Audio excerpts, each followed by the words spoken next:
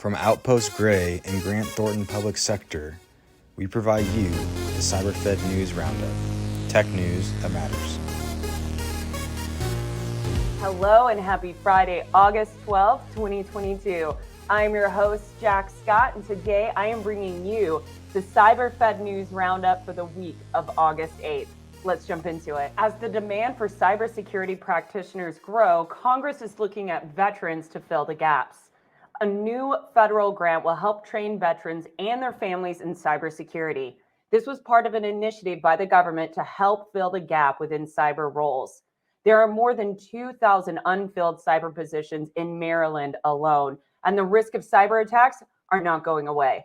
The grant focuses on helping transitioning veterans with their next career move, providing them education to receive certifications and/or a bachelor's degree. This is the first time CISA has awarded a cybersecurity grant that recruits cybersecurity workers. Winter is coming for the Small Business Administration as they transition into their fourth CIO since 2020.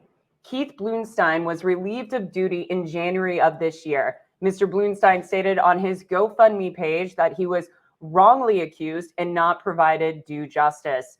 Since then, the SBA has decided to move forward with removing him from federal service. A spokesperson from the SBA stated they do not comment on personal matters regarding Mr. Bluestein's current situation. A source said that the SBA has been looking for a new CIO, but nobody is eager to take the position. It appears that the administration still has some messes to clean up. Krebs, the prior CISA director, spoke at BlackHat this week about the U.S. government taking more of an active role in cybersecurity and data security.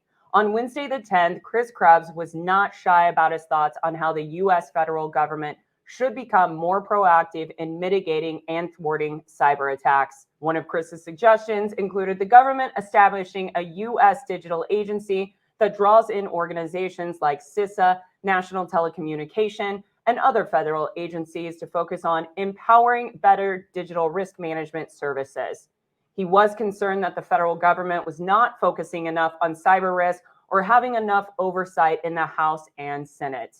He did encourage the commercial sector to remain proactive and not wait for federal oversight to address cyber concerns. The Treasury Department is making cyber criminals think twice before using cryptocurrency for nefarious activities. Historically, cryptocurrency has been a haven for cyber criminals to make a living off victims without getting caught.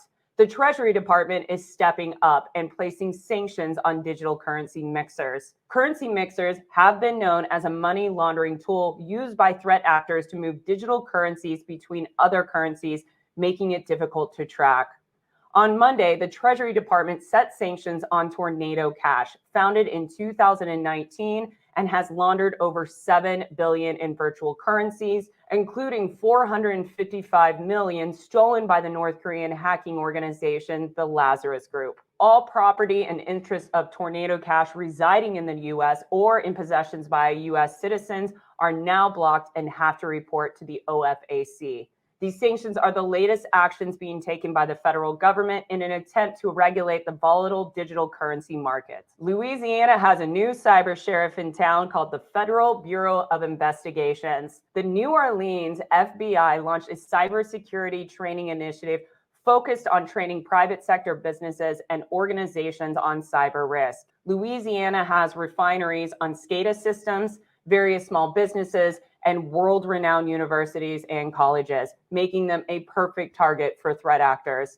This campaign started this week and runs through September 2022. Viva Las Vegas! This week is summer camp, also known as BlackHat and DEFCON, two of the largest cybersecurity conferences of the year. DEFCON is known for its hacking villages, and this year there will be a voting village, an initiative to help states and local officials test their voting system vulnerabilities by having it hacked by skilled hackers in a controlled environment. This event is taking place following the allegations of voter fraud in 2020. The Veterans Affairs is still not doing enough to protect its patients. It appears that the VA hasn't learned its data security lessons after the 2020 breach, impacting over 46,000 veterans and their payment data. Much of the vulnerabilities are due to internal confusion on the VA's responsibility for ICAM efforts. ICAM stands for Identity, Credential, and Access Management, allowing agencies to access resources across existing systems and emerging platforms securely. Most of the offices refuse to take ownership of ongoing ICAM efforts, causing disagreements on ICAM governance roles. Complaints about these internal conflicts were reported to the complaint hotline, where the Inspector General learned about the oversight issues. These security issues have occurred because leaders cannot agree on ICAM functions, creating additional obstacles to implement OMB requirements and leaving systems vulnerable to compromise.